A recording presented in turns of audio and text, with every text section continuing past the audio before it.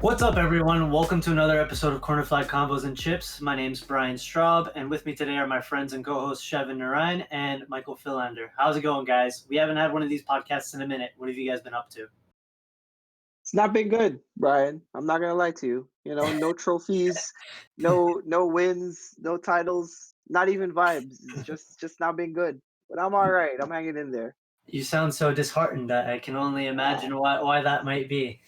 there's a lot going on. A lot going Yeah, on. Not with me. Personally, I'm fine. Football is a whole different story. fair, fair. What about you, Mike? How's everything? Well, my team is troubled, and the next team is looking as though they will come out of their problems, their troubles. So it's been amazing, and the icing on the cake is destroying Barcelona, the team everyone loves. So it's been brilliant. All right, sounds good. Sounds good. I hear you spent some time in the rainforest as well. Yeah, I normally spend time in the rainforest. The outdoors is what I love, so it's always amazing to enjoy the good outdoors and go out into the interior, see a few wild animals. Yeah, great things. Okay. All right. All right. So personal life and football life going well.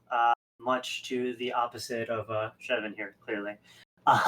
Moving on, let's get into the football. A lot's happened since our hiatus, but most recently we've had the finals of the two biggest competitions in seasonal European football, the Europa League and the Champions League, came to a close with some interesting games. What did you guys think of the format?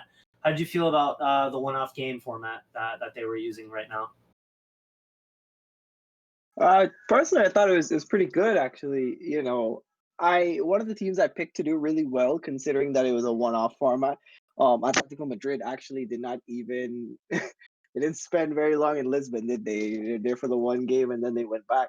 But it is good to see a refreshing take on the Champions League.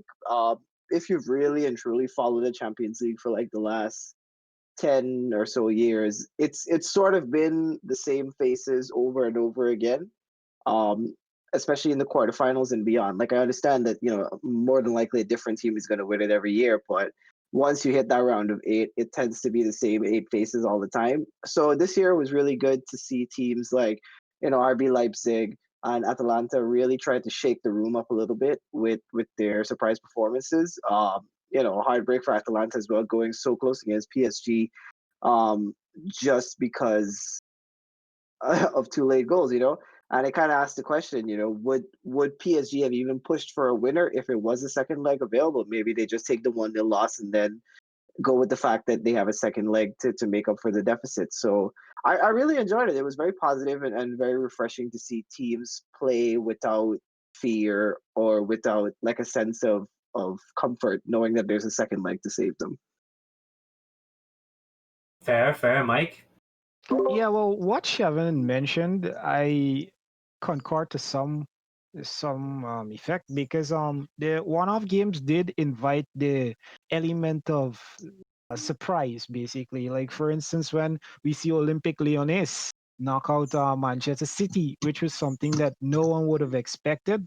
And then we also saw teams like Atalanta progressing well in the tournament. But the reality of it is that a lot of times these one-off tournaments, they don't really allow the best team to win at most times because you defensive coaches and so on. That is why Shevin highlighted Atletico Madrid.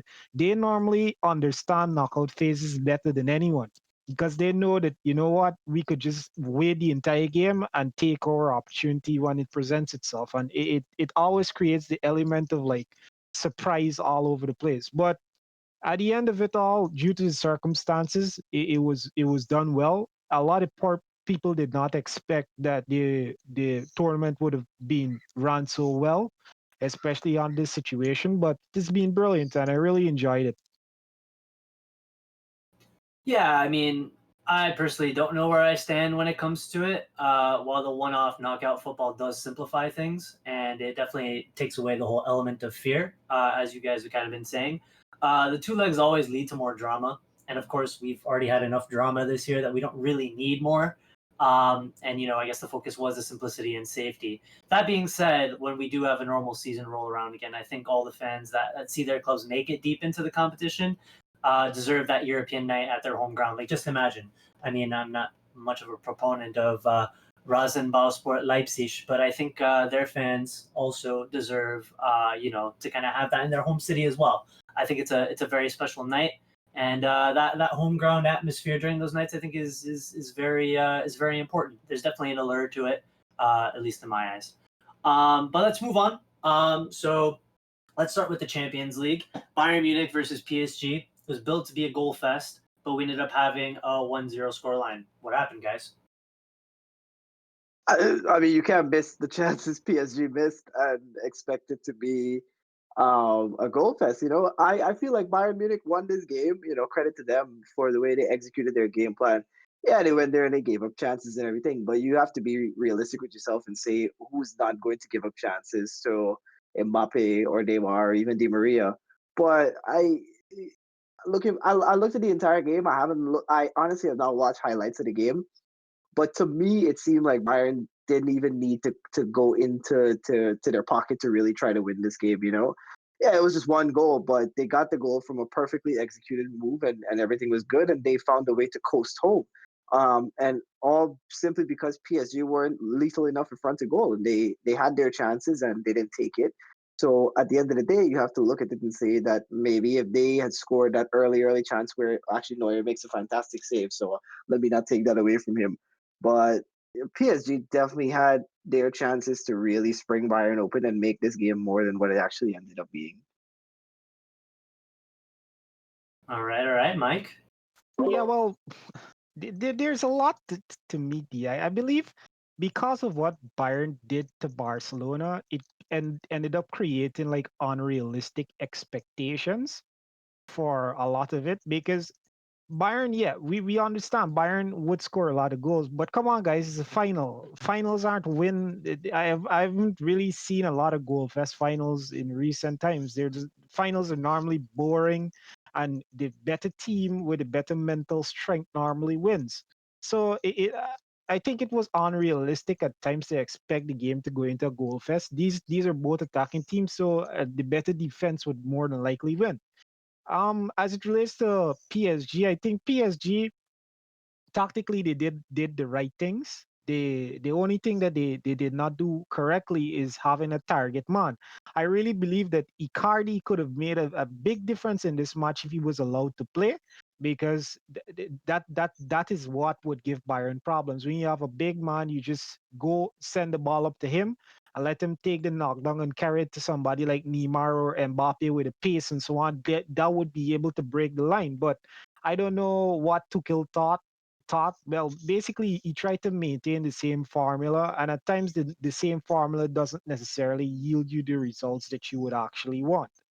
So there's a lot to be desired as it relates to PSG. The midfield was not all of that good, but based on what they had available, that was the only thing that could have worked. But for me personally, I would have played Icardi and dropped Di Maria into a more central midfield position where he could have created a bit more from deep, because I think PSG midfield lacked a lot of creativity, which also hampered them moving forward, because it was basically the only playmaker in midfield was Thiago, and it allowed Goretzka to make a lot of runs into their boxes because he didn't really had much to do to contain their midfield.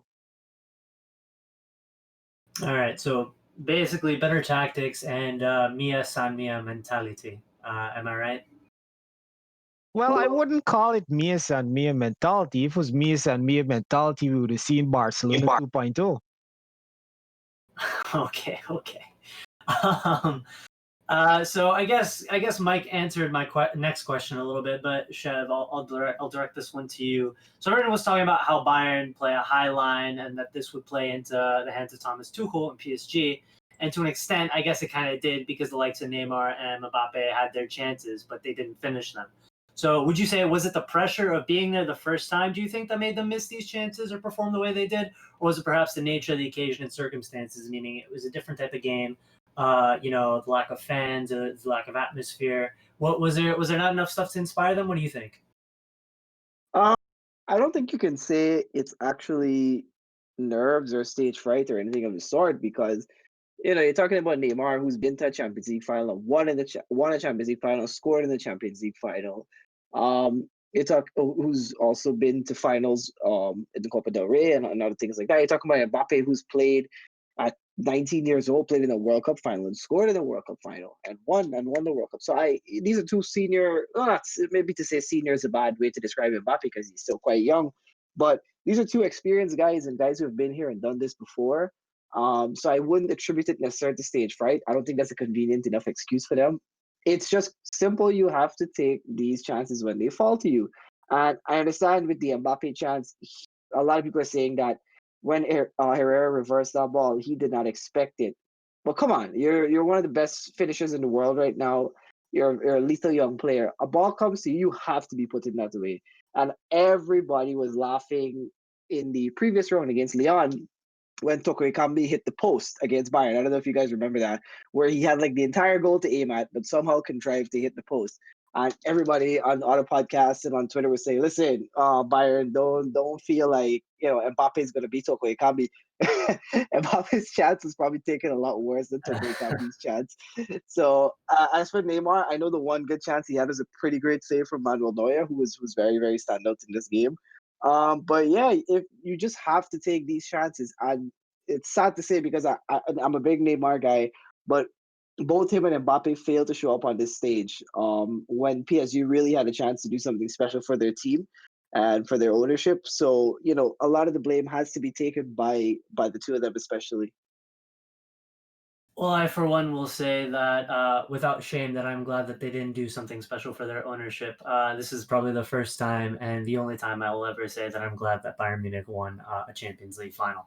And speaking of Bayern, let's turn our attention a little bit to their manager, Hansi Flick. I must say has done a great job with Bayern, and this will likely be like I said, the one and only time that I'll be happy, and relieved to see Bayern lift the trophy.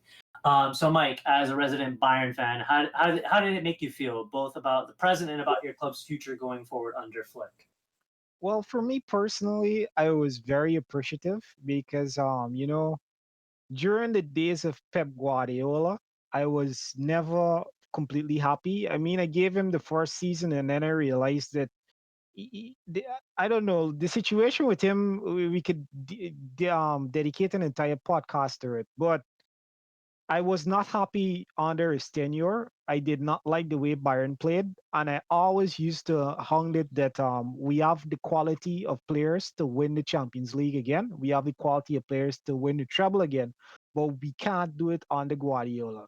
And 7 years later, after me saying these things, I've been vindicated by Hansi Flick, and I must say it was very unlikely with the state that we were in that were going to trouble because I myself lost a lot of hope over it, especially when we were seventh in the Bundesliga. I thought that that would have been basically the end of our era and so on. But Flick found the best out of Muller, and he really brought out the best out of Boateng, which is something that a lot of persons don't really talk about. And once you get the best out of Muller, you get the best out of Boateng, you get the best out of Bayern, and it's that simple. And I'm very happy that we can say that we trebled again, and I see a lot more success in the future, especially when we get to unleash Leroy Sané on the world. So it's gonna be I hope an amazing era right now for us. I like how we glossed over the fact that Ancelotti coached Bayern for 2 years, still couldn't do it in the Champions League. So just putting that out there. No, no, no. But Ancelotti didn't inherit that treble-winning team. So let us not talk about Ancelotti. Let us talk about Guardiola, who inherited. Ancelotti still inherited a team that broke countless domestic records and was actually the basis of the team that won this treble is the team that Guardiola put together. Lewandowski, Thiago, Alaba at centre back. Guardiola brought Kimmich out. That So is I'm just saying, because when you look at the team, let's look at the team. You have Gnabry. Pep Guardiola didn't do anything with Gnabry. You have um you have Davies. Pep Guardiola didn't do anything with Davies. You have Leon Goretzka. So when you gonna say Okay, that but you Guardiola you just named contrived, three regular guys. I'm talking about Lewandowski, the best player on the team. I'm talking you're about trying Alaba, to who's probably the best defender on the team. I'm talking about Thiago, who's the best midfielder in the team. I'm talking about Kimmich, who's one of the most multifaceted players on the team. Just put it out there, like he has roots is still in this team, especially with Thiago, who was outstanding in the Champions League final. So all right, let us analyze this team in a more proper way, basically. So This is probably the first and last time I'll try and listen to so much about Bayern. Let's go, Mike. Come on. but I have to address this because I don't really like when it comes up. Let the Bayern team that actually went to the finals was not configured in the way that we ended up. Let's say even Perisic was not a Guardiola player, but he was in the team. You That's have another Dortmund boy you guys took. Just saying. no, but if you're talking about Dortmund people that we took, Giga Hummels and Götze, and Pep Guardiola took them and did absolutely nothing with them. But you know what Pep Guardiola did?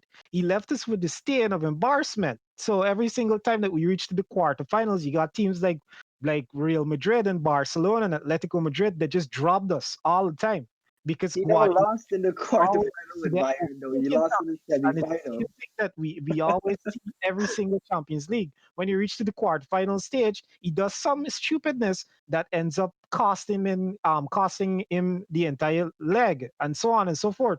You have Tottenham from last season. Guardiola changed his tactics, tried to attack Tottenham, and it went to gun, and Tottenham won.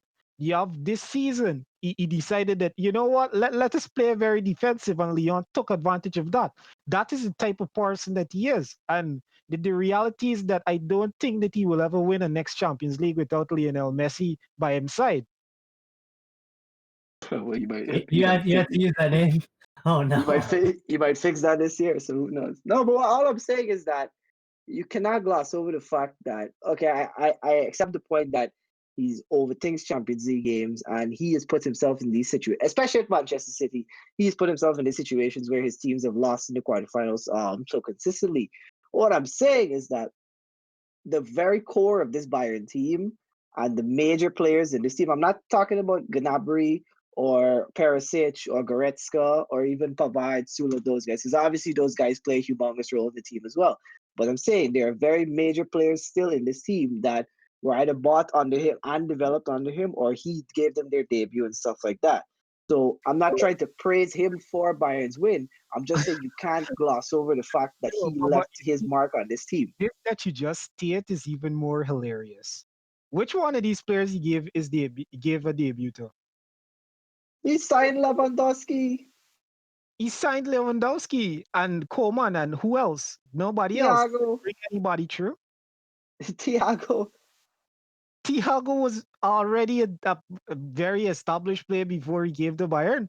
And Thiago was if 22 years old at if we Barcelona, want to struggling to actually get the go down game. that route, we have players from the Jupp Heynckes era that won treble with Jupp Heynckes on the team. So we could also say that this is a Jupp Heynckes team, Well, of especially course, because you still yeah, have Boateng, Alaba, and Neuer, who are big then parts of the you'll team. have to say that it's an Ancelotti team too, and then we're gonna have to say it's a Kovac. Who who Ancelotti left I on this feel like team? a What did you think? referee here, but I'm gonna have to try and get you guys a little bit back on track. Fair Let's enough, let's fair talk a enough. little let's talk a little bit less about Bayern for a moment. My ears are starting to ring. I know Anyway, we have more football to talk about. so Shevin, I'm gonna direct this one to you, especially because PSG's golden boy used to be part of the ranks of your club. So Neymar left not to be in the shadow of Messi and to show he could win trophies. This was a big one, wasn't it? This was one that he wanted to make a point with, I would say. Where does he go from here? Does he stay at PSG or does he search for pastures new? Same thing with Mbappe. Is his time limited with Paris, do you think? Um, the thing with any player that's like a major name that plays for PSG, you're always telling yourself that they're going to go somewhere next because PSG is not the final destination of most stars. You know, as much as they try to be with the big wages, the fancy lifestyle, living in Paris and all that, football still has that hierarchy to it. And even though teams like Barcelona, Manchester United, just to give two examples, are suffering, those clubs still have a command and a pull that every major player wants to feature for. With Neymar, I don't see a return to Barcelona. I think logistically and financially that is something quite difficult. And as far as Mbappe is concerned, everybody knows he's a humongous Real Madrid fan, and he's been a Real Madrid fan for all his life. So that one feels like one of the more inevitable signings on its way. I don't think in the immediate term, let's say the next 2 years, this year or next year, that either of them will leave PSG. And that's because PSG are a notoriously difficult club to negotiate with when it comes to selling players. And, pandemic and everything concerned, nobody can afford to pay either of their release clauses, even if they wanted to try. So for the immediate term, I do expect both of them to still be there. The problem is with a club like PSG, every year you're relying on the Champions League. Like you're expected to win everything else, and the Champions League is the one that everybody really wants to see what's going to happen. So I think they'll take credit in the fact that they got this far and they managed to break that barrier for the entire club, because this is the first final PSG I've ever been to, and this is like the furthest they've been in the entire competition since like the 1990s or something like that. So I think they'll take credit in that, and they'll take pleasure in that. But considering the way the game went and the chances that fell to either of them, I can't help but feel like they're both left feeling that they should have gotten more from that game. And I don't know if that'll be motivate them to stay here and try to fix that issue, or it'll motivate them to look for pastures anew. So, guys, then in that case, because we've kind of made it clear that Mbappe to Real Madrid, what about Neymar? What would his next destination potentially be? Well, the romantic thing for most people is to say he'll go back to Barcelona. I don't think that'll happen right now. Even earlier this year, Neymar was involved in a court case with Barcelona over an unpaid bonus or something like that. So, you know, for him, it's difficult. The Real Madrid is always a link because Florentino Perez has been obsessed with Neymar for years, and the fact that he signed players like Vinicius and I think this guy is it Reiner Jesus, I believe, and there's also Rodrigo and stuff like that. He's obsessed with courting the next Neymar for Real Madrid because he happened to miss out on the actual Neymar. Um, and then you can never rule out a club like Manchester United with the money they have, Manchester City with the money they have. But like I said, immediately, I don't see a move for either materializing right now. Well, I can definitely say Renier is a player that I want to see succeed because he's going to be on loan with us for 2 years. So I can't wait to see a little bit more from him. But what about you, Mike? What do you think? Where does Neymar fit? Neymar should stay at PSG. That's my honest opinion. I think that he's come too far along in the project now to actually turn away from it. And what is any other team going to give him that PSG doesn't already give him? So that's the next thing you have to realize. I think that it was very unfortunate for the Champions League PSG because a lot of times Neymar has been injured and that has basically cost them. This is the first time that they're actually tasting the finals. I think the team quintessentially is still a good team, and they were good enough to meet the finals, albeit they didn't really face very tough opposition too. So, but it is not a lot of things are required for PSG to become a established club. They lack pedigree, which is true, and I echo similar sentiments to Shevin. Pedigree is very important. You have to get the heritage within you to actually do so. Like for instance, a club like Bayern going to finals or a club like Liverpool that going to finals, they have already been to finals, so they would already know that. Hey, you know what type of food we should cook for breakfast in the morning. And it's basic things like that that would actually cost a team to lose and so on. That's it. So it's I think he should stay, and with time they will get experience. Well, I guess time will tell, right? So one player we really have to talk about, we kind of touched on him earlier, is Manuel Neuer. People thought he was done not too long ago, and here he is lifting the Champions League for a second time. He really rolled back the clock with his performance. Any thoughts, guys? Well, I've been saying that Ter Stegen should start for years for Germany, and then Ter Stegen drops a stinker against Neuer in the Champions League. So that didn't work out quite the way I expected it to. Um, uh, Neuer really had a massive turnaround, and I was one of the people that really thought he's far past his best last year because Yeah, he had a surgery, a broken foot or something like that, and he was really struggling under Kovac and stuff like that. And then I understand the whole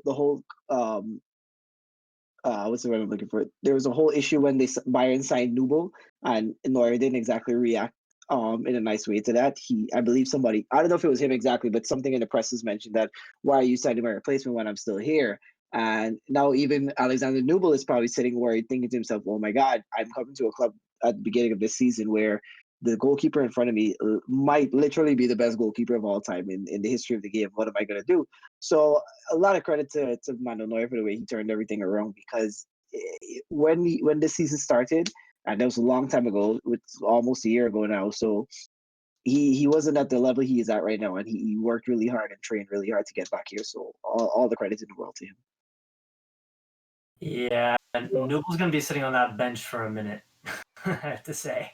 It was such a strange move. I mean Neuer's 34, but you see Buffon is like 42 right now, and he's still playing. And I understand that it's a foot injury, and Neuer is that type of keeper that relies a lot on his athleticism and his ability to get out to the back quickly. But I think Nubel's actually been pretty good in the Bundesliga as well. To sign a keeper who's expecting to be a starter to compete with Neuer, I never really saw the right planning there. I guess Bayern themselves didn't expect Neuer to turn around this quickly though. It's funny because a lot of people think that Dortmund is Bayern's academy. I'd actually argue that Herna West, aka Schalke. So anyway, that proves a point there. Yeah, I must mention something though. But Nubel's transfer was done because people in Bayern hierarchy realized that Neuer was starting to regress. It was until Flick came in that Neuer actually caught himself back again. So it's like Nubel was indeed a plan for the future, basically. And I still believe that Nubel will play a role in the team. So we'll have to wait and see. I mean, Neuer looks like he has another maybe 2 years at this level, considering everything goes the way it goes. By then, Nubel's 25. I guess 25 is a fair age for you to assume the role.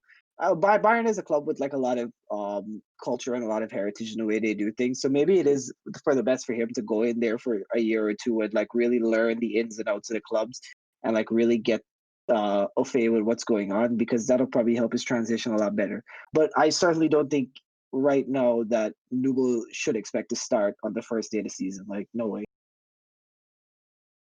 I definitely agree with that. I don't expect to see Nubel in goal for Bayern for quite some time, or at least in any important matches. Uh, Moving on quickly, the image for me of the night at least was Robert Lewandowski lifting the Champions League. I have to say it was a very bittersweet moment for me, considering how close he was to doing it with Dortmund in 2013. But of course, a part of me has to be happy for my countrymen. He had quite a quiet night, but 55 goals in all competitions, top scorer in every competition he's been a part of. What do you guys make of his season? Was it worthy of the Ballon d'Or? I'll say yes without any shame, but let's hear your guys' thoughts. Yeah, absolutely. He was a guy that 100%. I think even before the massive Champions League run, you had to put him as a favorite down for the Ballon d'Or. Considering that Messi didn't win anything with Barcelona, Ronaldo did win Serie A and drop a historic season for Juventus, but even that's a season that's well below his usual standard. Notwithstanding the fact that he's 35 years old. What happened in the Champions League, I think, really solidified it. I believe all of Bayern's goals scored in this bubble in Lisbon were in some part Lewandowski was involved, with the exception of the goal in the final. I'm not sure if that held up because I didn't see the game against Leon, but he was amazing. And if for him, I would be personally very, very aggrieved that there is no Ballon d'Or this year. There is still FIFA the best, which I firmly expect him to win, and he's 100% deserving of that. But I understand that there's the mythos and the attraction behind the little golden ball. So yeah, I would be hard pressed if I were him, and I hope Bayern. Karl-Heinz Rummenigge is known for saying things in the press. So if now's as good as any time to go out there and run your mouth and try to get this award reinstated for your player. The one time it would matter, right? Mike, what do you think? I think it's criminal that Lewandowski would not win the Ballon d'Or this year. It's criminal, and you see, these things play into our general belief that the Ballon d'Or is very biased towards Real Madrid and Barcelona, and they don't really care about anyone else because that's the only explanation we can have. It's a similar thing that happened when they robbed Ribery, they robbed Snyder, and so on and so forth. So now they use COVID as just a perfect excuse to rob Lewandowski. So it's really heart wrenching what goes on there. But from since 2013, I have never watched the ceremony anymore, so I really don't really care. Lewandowski does what he does, and there's no one in the world that could do what Lewandowski is doing right now as a number nine. So congrats to him, and I do hope that he continues at least for next season. All right, sounds good. So let's quickly talk about the Europa League as well. Inter Milan versus Sevilla. Let's survey the fallout of the game. So, Shevin, starting with you, what were your general thoughts on the game? Did you expect the result that we saw? I want to say yes because of the way I watch Sevilla and I've taken an interest in Sevilla over the years and just what they've done in the Europa League. They've been to six finals since 2000 and they've won six finals, so it's hard not to expect them to win. But honestly, Inter Milan were terrible, and like terrible is not even an exaggeration. They were awful to watch, and I understand that any Antonio Conte team is not easy to watch by any stretch of the imagination. But my God, Inter were horrible. His game plan really was to try and advance the ball as quickly as possible to his wingbacks or Lukaku and Lautaro and try to make it happen because the midfield interplayed was just it's everything Antonio Conte wants in a midfield: industry, hard work, recycle possession. Nothing progressive, nothing forward thinking. Yeah. Like I understand the way the game went with the own goal and everything at the end made it feel like very anticlimactic considering that Inter did score first in the game and they equaled the score as well. So they went into momentum with the momentum at halftime. But going into the game, I expected Sevilla to win simply because of pedigree. And then when I actually watched the game, I wasn't surprised that Sevilla won with the way Inter played. It's interesting, yeah, because now they have been calling it the Sevilla Cup, and they call it that for a reason. 6 wins. They've been calling it La Sexta. Mike, what do you think of this achievement? It's a trophy after all, and to win 6 times, the most any team in that competition has won it. Even if it's the Europa League, it has to be kind of impressive, right? Yeah, I believe that this here is testament to Slovenia always actually paying off. When Slovenia brought in Monchi, a lot of persons had to believe that Slovenia would have been a club of the future. But it's very hard, like all habits die hard. You could take the pig out of the mud, but you can't take the mud out of the pig type of mentality is what Slovenia thrives upon. Like if you actually look at the match, you can see that there's the element of the dark hearts they call it. Sylvia basically baited into fouling them not too far, and they know that Benega is a specialist in the free kicks. So Benega, they were. I think that the plan that Sylvia pulled off was very effective. In baiting Inter, and you could look at it. All three of the goals came from set pieces, and that's what Sylvia thrives upon. Got it. Well, as a person who hasn't gotten more than a whiff of silverware with my club since 2017, the Europa League is far from something to sniff at.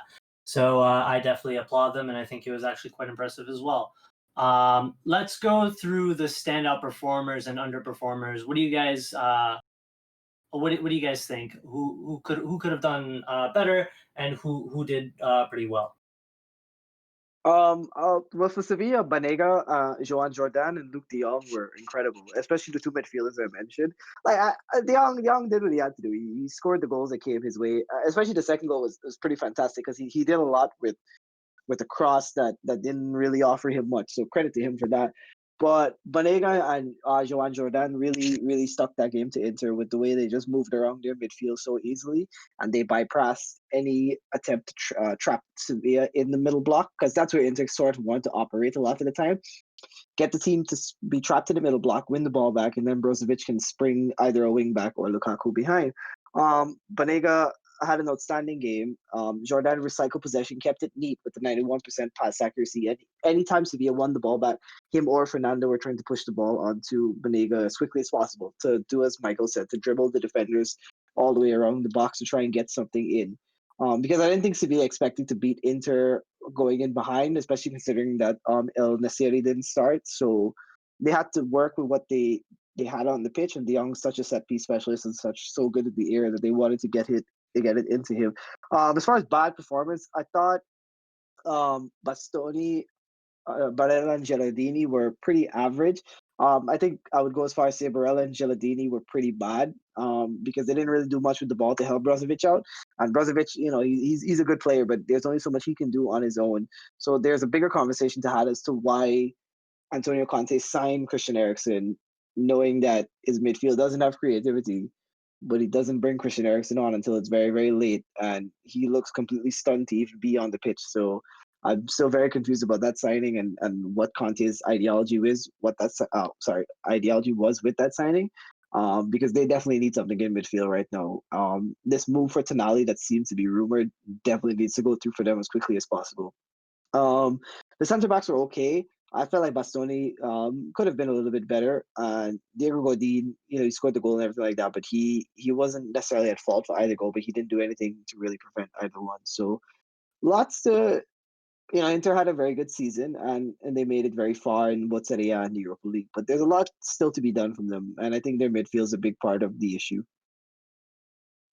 I find it quite amazing though from the perspective that Inter had, because this game actually favored Inter in my opinion, because Inter is not a bad team at defending set pieces. The pace of the game is not that fast, so all the players should have done better, I think. Additionally, well, the Ericsson situation, I really don't understand what Conte is actually doing. I think that they may have had a backdoor falling out, which is normal for Christian Eriksen, the guy that deserted Spurs when they needed him the most.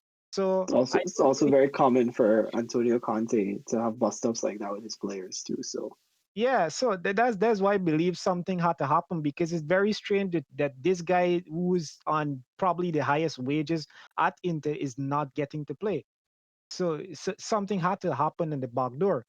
For poor performances, sadly Shevin didn't mention it, but Lautaro Martinez was complete trash, and I don't know why he didn't show, but I heard that Lautaro Martinez is the type of player that if he doesn't do something in the first 20 to 40 minutes of a match, he doesn't do anything for the entire match. So there's a lot of question marks that need to be raised on his shoulder, because he's being touted the next big thing, and this is where you show that you are the next big thing.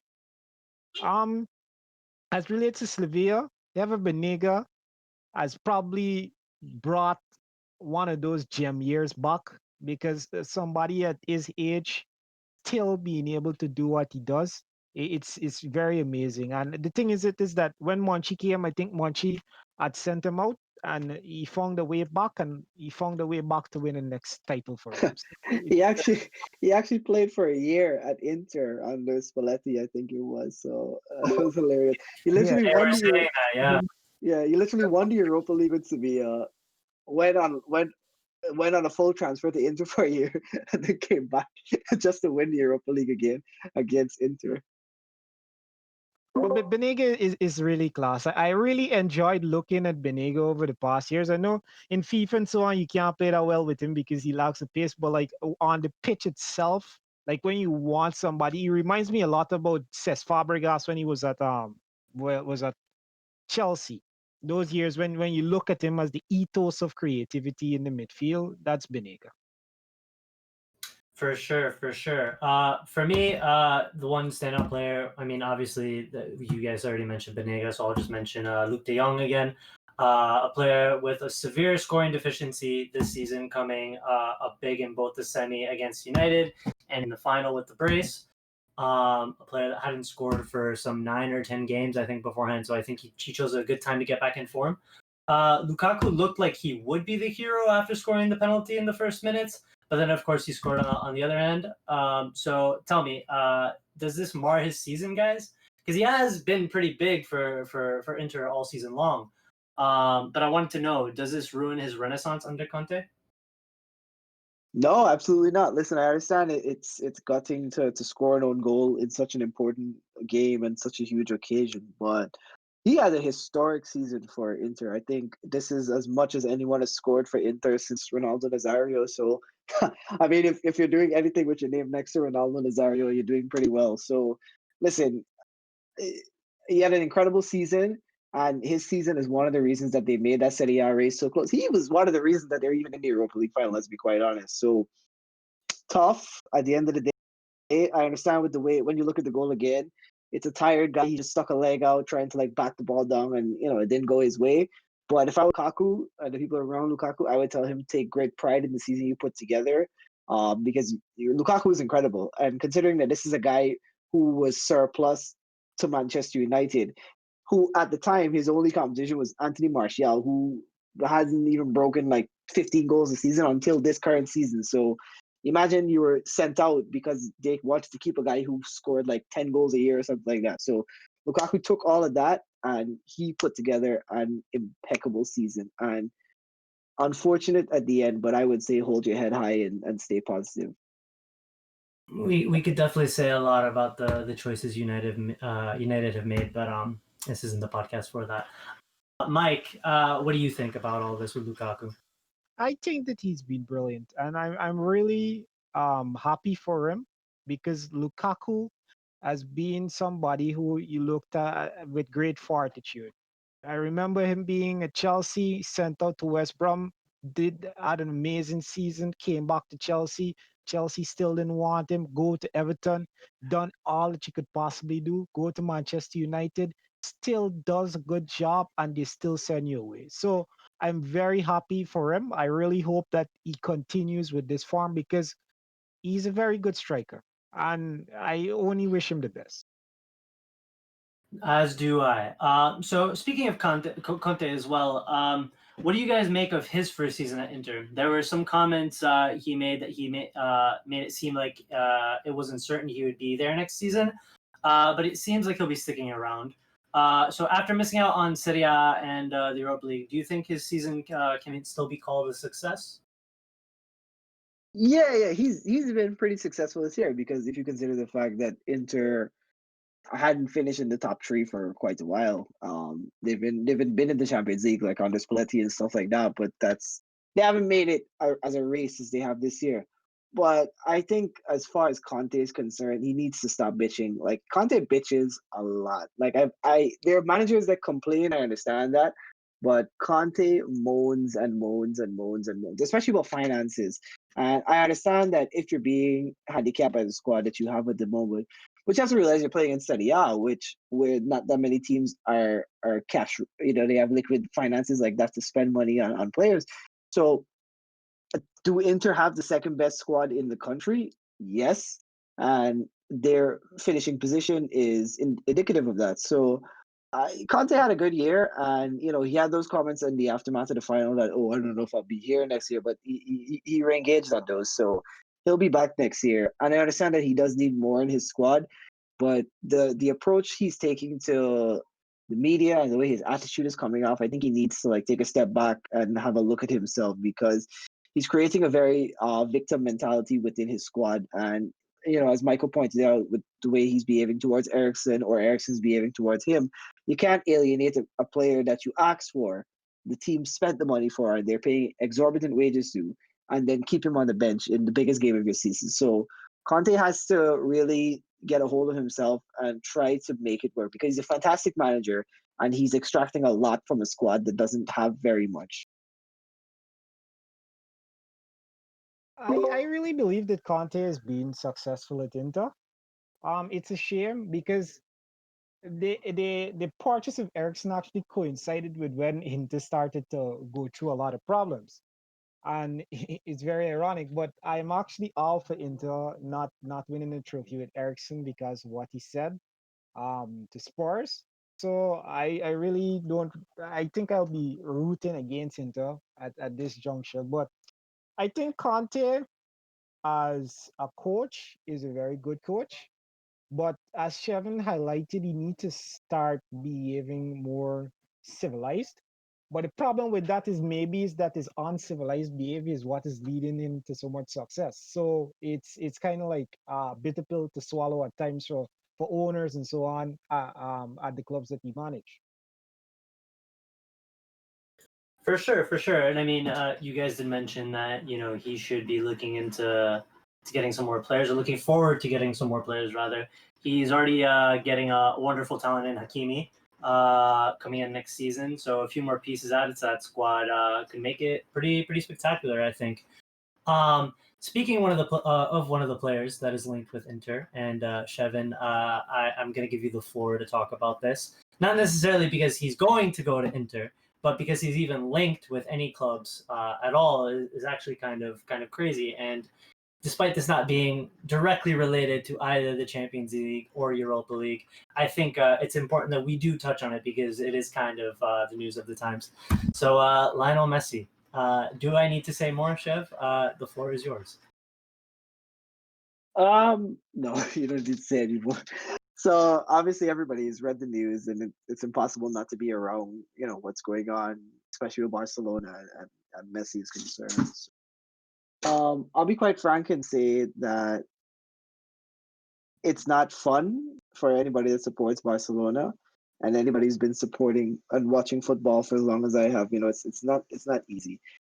I don't. Messi's not the type of guy to say something officially, so I don't ever expect him to. But what I will say is that, and I'll keep it short because there's a whole podcast about this, and I don't want to take up anybody's time more than I have already. If Messi is at the point where, number one, he wants to leave because he wants to win something before his career comes to an end, I absolutely stand by him because, let's be quite frank, with the way Barcelona have put themselves out in Europe in the recent years, maybe since 2017, has not been good. Doesn't look good, and the club is consistently humiliated every single year in Europe. This 8-2 against Bayern is just one of the latest ones.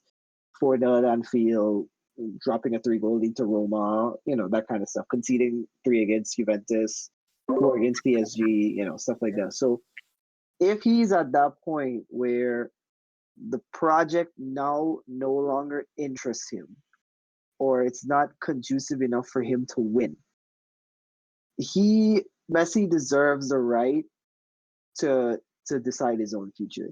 And I know people are going to get into but there's no player bigger than the club. He should be thinking about the club that made him and stuff like that. I understand that. I get that. I really do, honestly. But what I don't think a lot of people are realizing about this particular transfer rumor is that you're literally talking about a player that is a club. You know, I can't speak for what happened before I started watching football, but every single thing that Barcelona has won in the modern era since 2006, Messi's fingerprints are there. And he is the reason we've won so many things and we've been consistently great. Messi is Barcelona. Barcelona is Messi. Either way you spin it, he deserves to make the decision on his future. And if he feels that his time as Barcelona's come to an end, I think and I believe the club should do every single thing possible to make his departure as simple and error free and problem free as possible for him, because he's given so much and now it's time for us to give something back to him. And that's really where I stand with that. Where do I expect him to go? Well, the obvious, the dream destination for him and many of us who grew up watching that Guardiola team is back to Manchester. It's to Manchester City, sorry, to link up with Guardiola again. But of course, we're talking about Lionel Messi here, a player who is probably the greatest player of all time to have ever played the game. So you really have to consider that there's going to be a massive financial project that has to be undertaken to get him to another club. So we'll see what happens in the coming days. I don't think it'll be easy, and I definitely think we're in for a wild couple of weeks. I'll add to that by saying that Barcelona, these things that are happening at Barcelona are things that we would have seen from a very long time. Barcelona entire structure over the last 5 to 7 years have been utterly disgusting. It's very disheartening to see them fall from grace. Which and there is an element of me which is very happy to see them fall from grace. But I must say that you can see a lot of things that the Barcelona the principles that they were built on were not carried through. Let's look at La Masia. La Masia continues to produce great players, but they're not given the opportunity at Barcelona. So they end up going out to different clubs and they actually do well. Adama Traore, Thiago, these are players that Barcelona actually need right now. They get Eric Garcia that ended up at City. Um, they have to now go and buy Eric Garcia back, and those things don't make a lot of sense. So they have to go back to the drawing board because they thought that they were going to attempt what Real Madrid does and have this Galactico type of effect. But even to Real Madrid abandoned the Galactico type of approach to things. So they really need to take a good look at themselves and figure out everything. As relates to Messi, I wish him well. He served the club well, and I think that they should let him go. All right. Well, I guess that's a good point to wrap things up on. A bit of a somber note because we're basically watching the end of an era here. But besides that, it's been great talking to you guys about these games, and of course about the situation with Messi. We should definitely look into doing a bit more of a longer podcast on that as well as things develop. And with the new season very closely around the corner, I'm sure we'll have more content on the way as well. That being said, I've been your host, Brian. Why don't you all sign off with your socials? Yeah, so this is Shevin. I did an entire thread of why Messi probably does want to leave Barcelona, and the things that Michael talked about are part of that. The way the club has gone away from its values and the way things have sort of collapsed structurally over the years. So check me out on Twitter at Shevin SHEVIN underscore 141. You guys can come to the happy place during the COVID, Fool's World 003.